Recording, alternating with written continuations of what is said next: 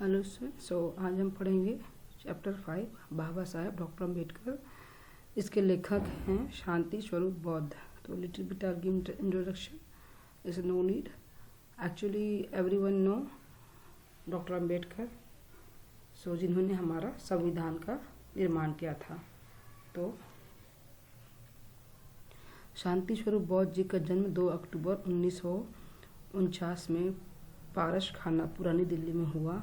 आपकी माता भूरिया देवी तथा पिता परिणिबुत्त लाल हरिचंद मौर्य थे। अब जन्मजात प्रतिभाशाली होने के साथ ही बौद्ध धर्म पर भारतवर्ष के लगभग सभी प्रमुख नगरों में धम्म प्रवचन दिया।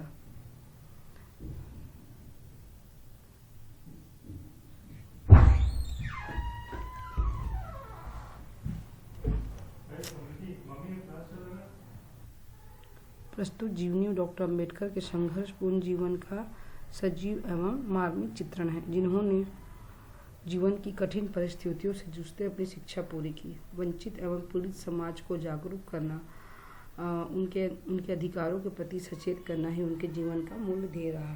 डॉक्टर अम्बेडकर शिक्षा, संगठन एवं संघर्ष से विद्यार्थियों को भली भांति परिचित कराने के उद्देश्य से जीवनी को संकलित किया गया है।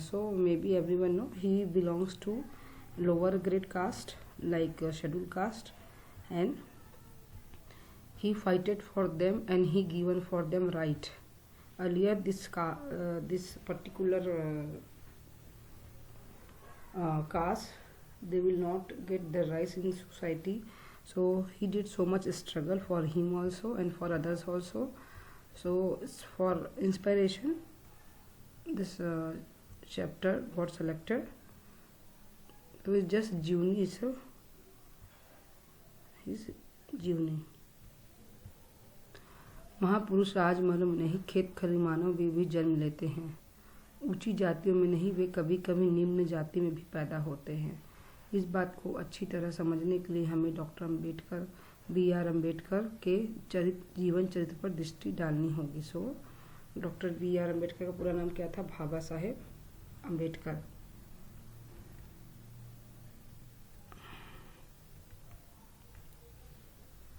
So the great people, they born in village also, and in every caste they will born. It's not like that ki they will born in a big castle and high caste also.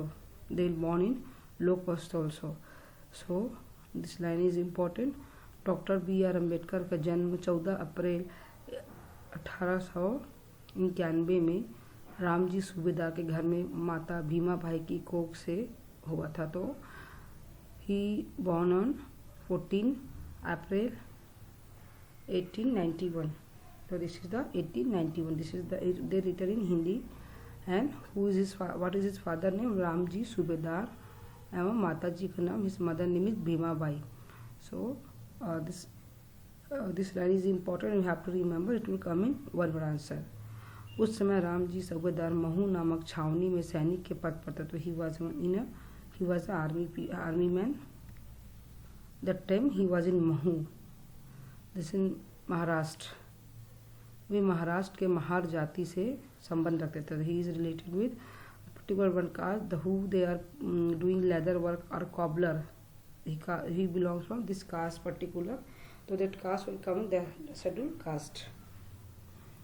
Mahar जाति महाराष्ट्र में अछूत समझी जाती थी। The people they will not touch them.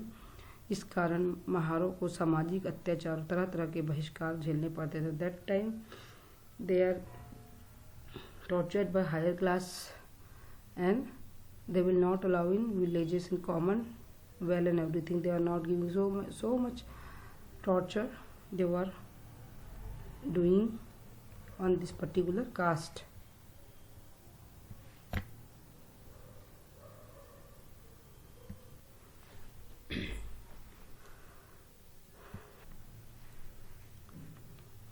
जन्म के समय doctor Ambedkar का नाम भीमराव रखा गया था। उनका नाम था भीमराव, मगर परिवार वाले इन्हें भीवा कहकर पुकारते थे। What they call? भीवा। भीवा को बचपन से छुआछूत का कटु अनुभव सहन करना पड़ा। तो when he was very small he have very bad experience of society.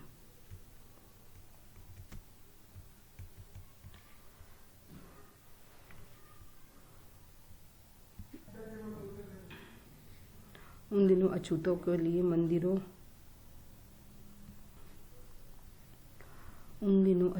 लिए मंदिरों कुओं की तरह पाठशाला में भी दरवाजे बंद थे, मगर सेना में इन सामाजिक नियमों की कठोरता में कुछ ढील थी।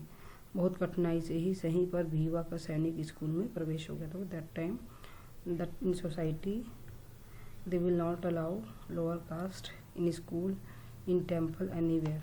So but in army there is no less restriction for them. So he got somehow admission in army school.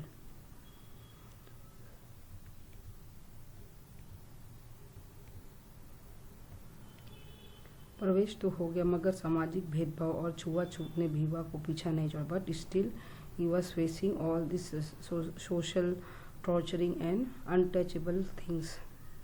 बालक भीवा को अपने बैठने की टाट अपने घर साथ ही ले जाना पड़ता था। Earlier this students are sitting in the mat.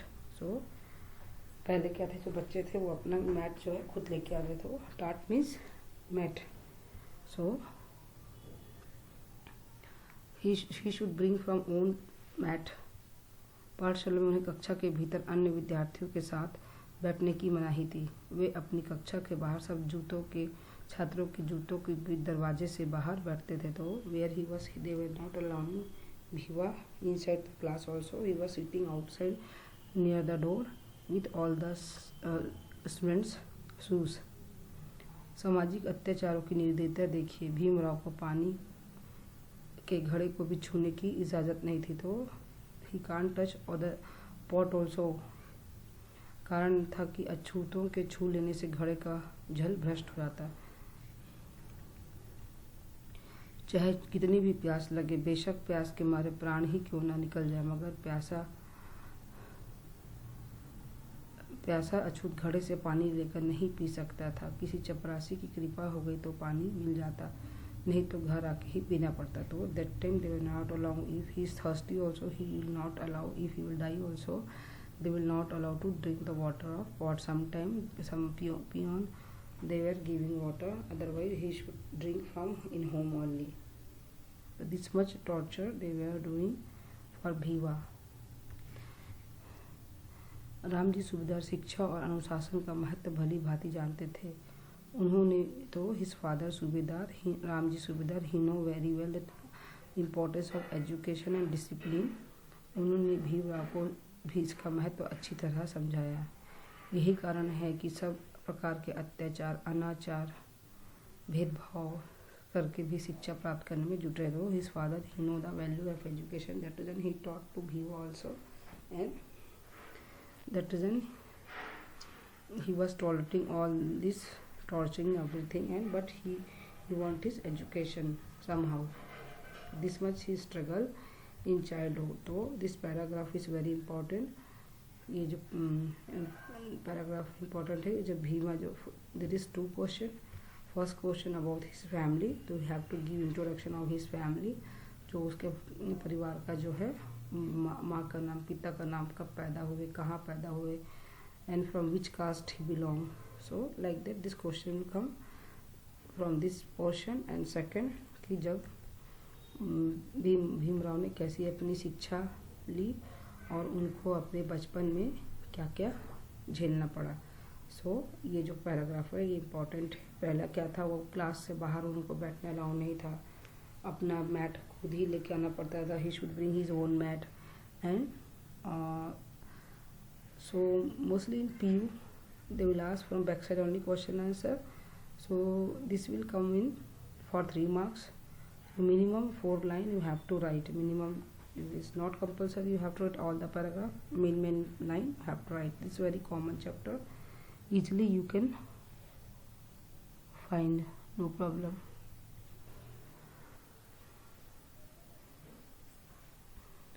So क्या क्या था, फर्स्ट कि उनको अलग बैठना था, क्लास में बाहर बैठना पड़ता था। सेकंड लाइन क्या है कि उनको कितनी भी प्यास लगे वो जो है घड़े का पानी या मटके का पानी या पॉट का वाटर नहीं छू सकते थे।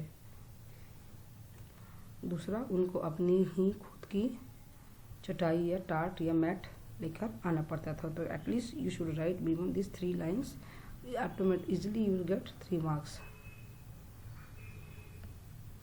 Now he got admission in high school. So this is the from childhood story. Now he came in teenager. So this paragraph I will teach you is high school life and college life.